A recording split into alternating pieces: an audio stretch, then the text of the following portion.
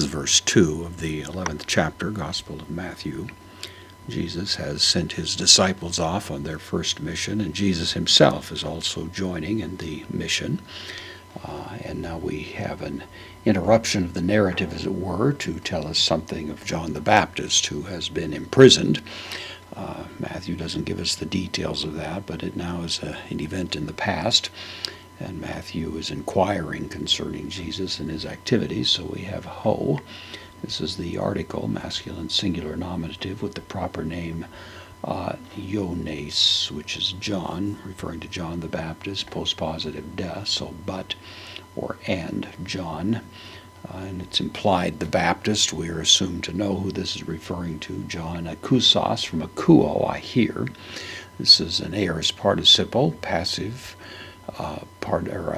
aorist active participle. It's masculine singular nominative. So John, having heard, the aorist participle, referring to time preceding the time of the leading verb. Having heard, in preposition with the dative to, the dative neuter singular of the article desmoterio. This is from desmoterion. The root of it is desmos, which means a chain.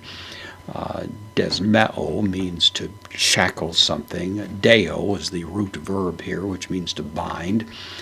All of those, of course, implying the idea of putting something in constraint, and this is a word that was used for a prison. It's not the same word as phulake, which is also a word for prison, but this one really accentuates the fact that John was apparently chained in prison, representing the very highest level of security, probably in a prison facility called Machaerus, which was a residence of the king, but also was a very secure facility. So that seems to be where John was, you might say, in maximum security kind of imprisonment. So John, having heard in prison, ta, the neuter, plural, accusative of the article, ta erga, the works.